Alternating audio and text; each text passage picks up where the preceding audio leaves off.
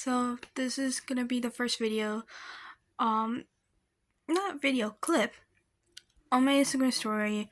I did some Q&A and one of them, well, a lot of you guys, but one of them really caught my attention and they wanted me to do some story time about how was I diagnosed, for being hard of hearing / deaf. How did I go from hard of hearing to being deaf now, and also including my allergies. So I thought, why not share? So I will be doing that. So yay. I was born deaf when I was able to wear hearing aid.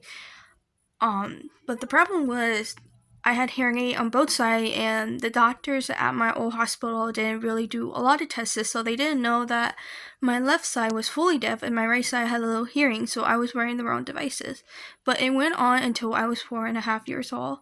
I can't remember if I went to preschool or kindergarten. It's one of those.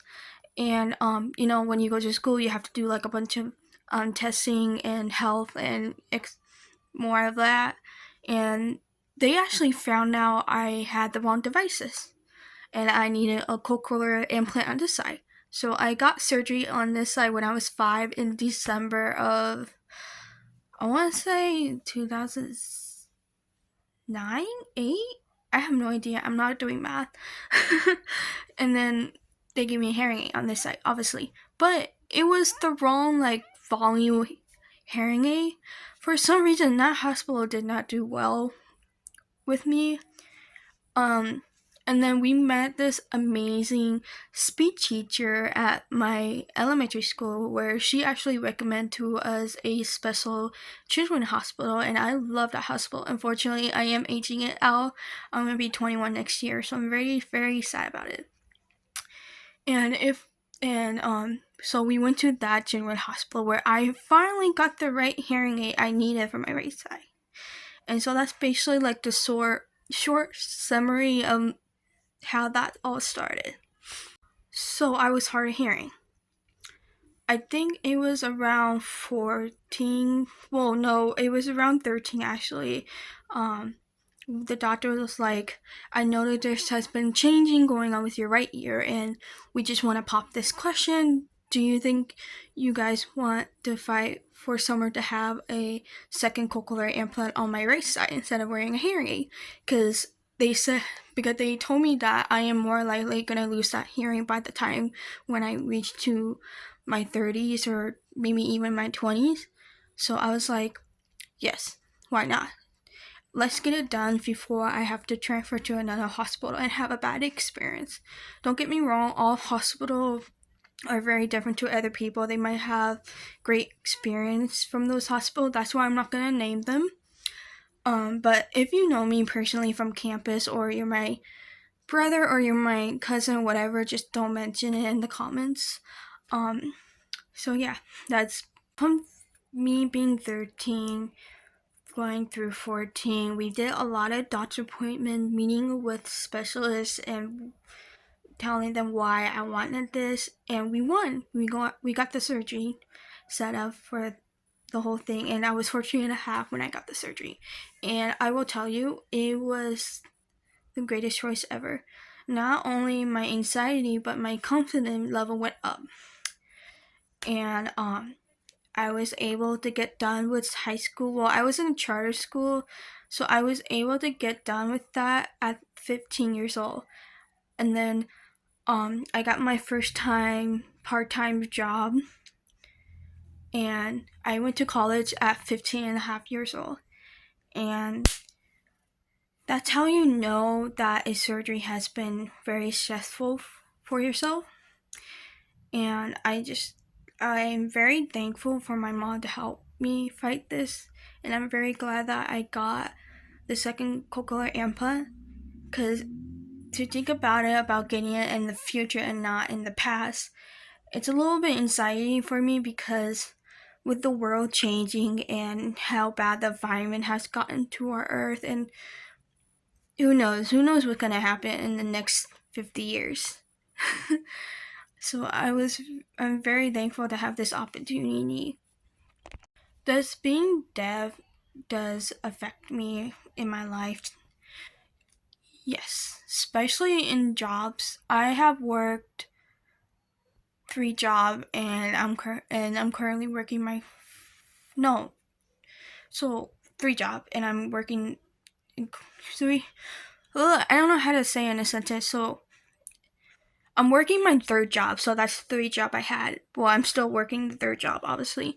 But yeah, I definitely had times where customer got mad at me because I was like constantly repeating them, like, "Can you repeat this, please?" Like in a very nice tone, because like my first job was at a water park and there was a lot of noise, and I was a park service. My second job, I actually worked at um a safari park, and I was a cashier for a gift shop.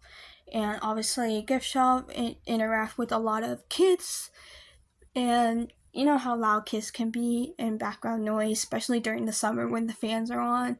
Um, I definitely had a lot of rude people at me, but at the same time, there was a lot of times where I saw kids, younger kids who have hearing aids or cochlear implant, and you know, some job I had to have my hair up, especially during the summer. My hair was up, and I remember a mom was like, "Excuse me, are you deaf?" And I was like, "Oh yes, I am." And I would look at her kids, and both of them were one was hard of hearing, the other one was deaf. She asked me if I had any advice for her, and I found out that she was going to the same hospital where I had my cochlear implant done, and I was like, "Oh my god, yes, I would love to give you advice." And my mom also worked that job, the same job as me, so I was like, "There's a woman named my mom's name, and if you goes to this food place, she would love to talk to you, but I'm not sure how long she can talk to you." But my mom had to make these choices for me, and obviously, since your kids are pretty young, you're probably gonna have to make these hard choices for them. Go with your guts. And I said like a bunch of words that I know my mom would have to say, and I made her day. She told me keep going on with life, and even though I don't work at this job anymore, I still think of her and I still wonder what's going on with her kids and how they're doing in school. Being hard of hearing and deaf, because elementary school, middle school, and partially high school slash charter school, because when COVID happened, I transferred to a charter school when my mom found out I was much better in online school. In those past school, I was hard of hearing. It was really, really hard because, especially being a young kid, and I would say middle school was the worst because obviously that's where a lot of bullying's going on. Um, you know, kids are going through a phase like their parents got divorced or they're a troublemaker because they don't get enough attention, so they put it on people who look weak. That's like me, for example. I have my fair share of being bullied, and it's not fun. I've been jumped. I had a weapon against me. It's not fun. It's not fun. And it makes me sad because, you know, I'm just a human existing. Yes, my ears are not human, whatever. People call them robotics ears. Um, but like when I had my second cochlear implant, and I became deaf because both ears are completely deaf now.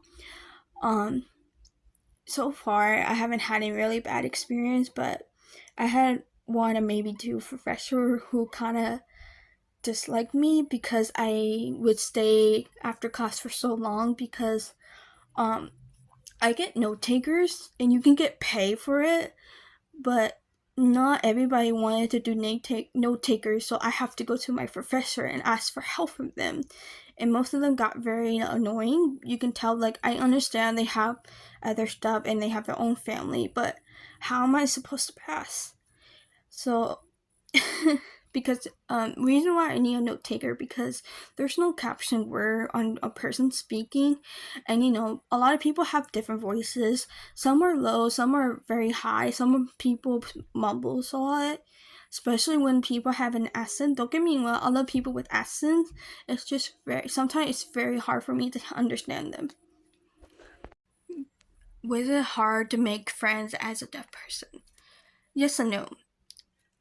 It really depends. Most of the time, I try not to mention that I have a disability. Instead, I try to show my true self to see if I can actually trust these people.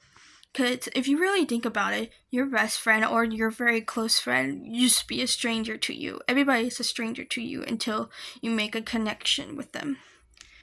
And my mom always told me, express yourself first, and then maybe you can mention your disability unless they notice it. Like, I had one friend, we're not close as we used to because obviously we both have plans for the future, but we still talk once in a while.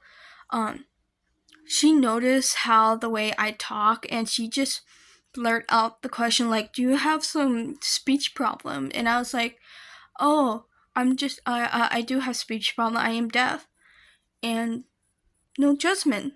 She's like, "Oh, okay," and moved on. And then there was a situation where a friend kind of like got weirded out, and they never talked to me again. But it's their loss. It's their loss. Being deaf is not generally a bad thing. It's not contagious. I have time where people are like, "Is it contagious?" It's not contagious. The only way to become deaf if either you were born with it, you had a sickness, or you got into an accident and lost your hearing. That's like the only way you can become deaf. Do I wish not to be deaf? Sometimes.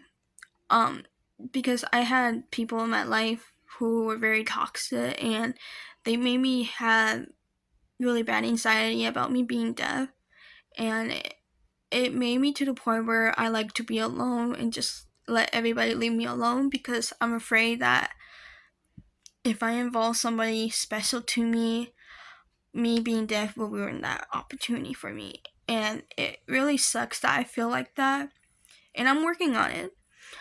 Also, my anxiety has gotten really bad because a lot of new changes are going on. Like I said, I am aging out of my children's hospital, and it's starting to hit me that I'm growing up.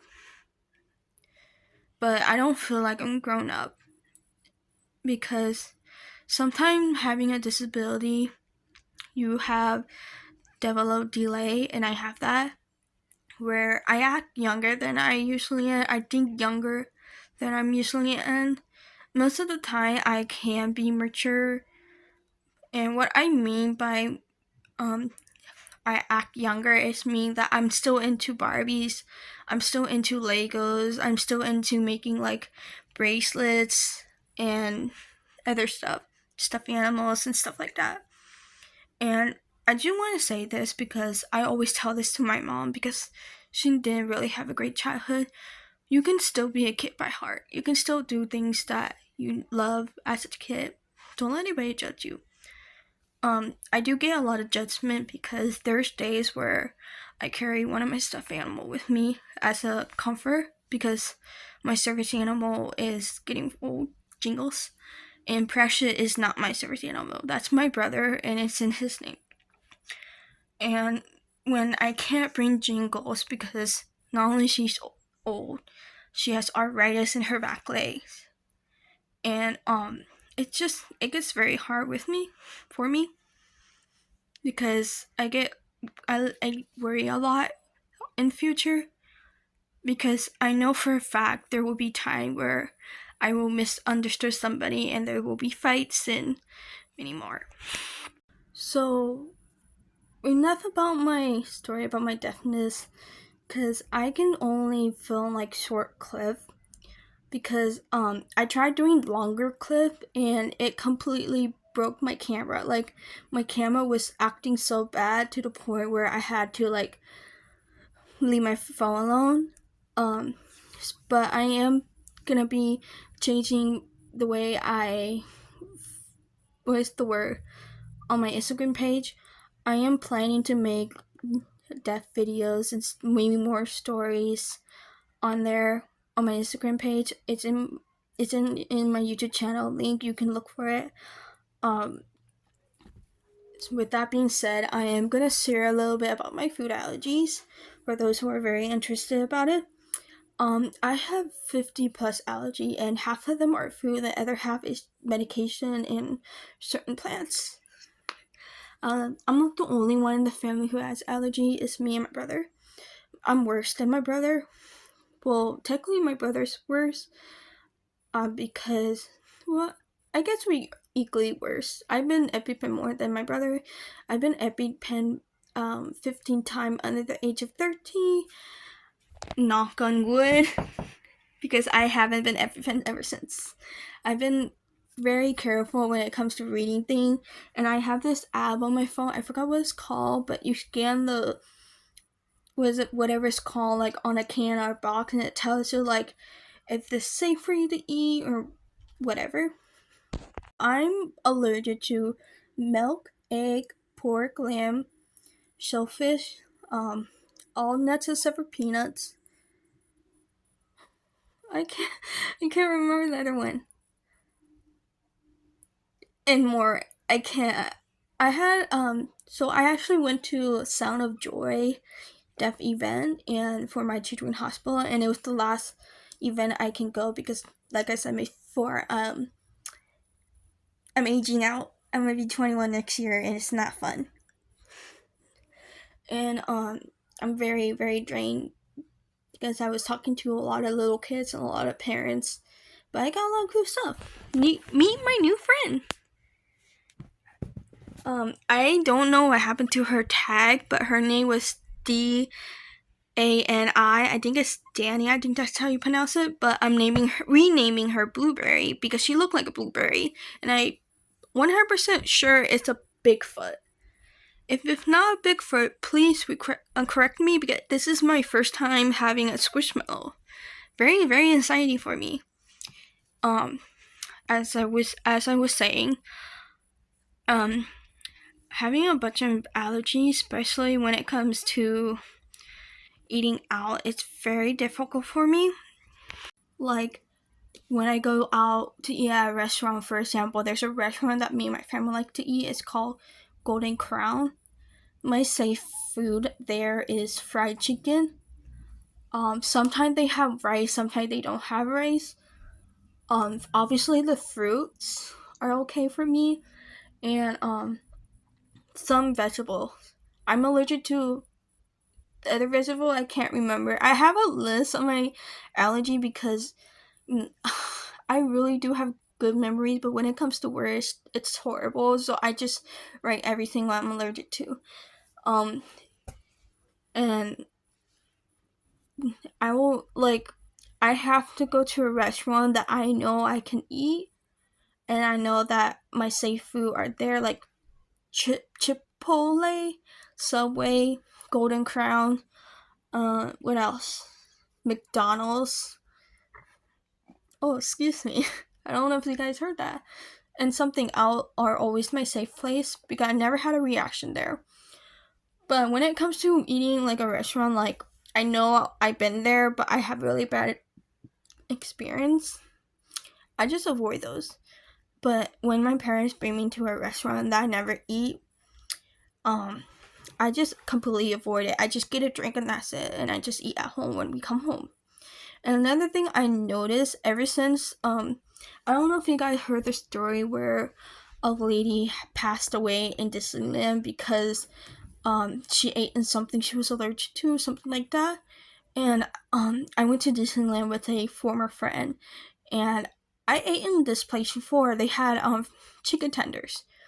Well, they're doing a new thing. Some places are doing new things where they actually deny people from eating food that are cross-contaminated. Like, I forgot the name is, but they're the only place that had chicken tenders and fry at Disneyland, and the chicken tender are baked with other stuff in the fryer, except for the fry. The fry has their own little station area to cook it, and I only ate fry that day.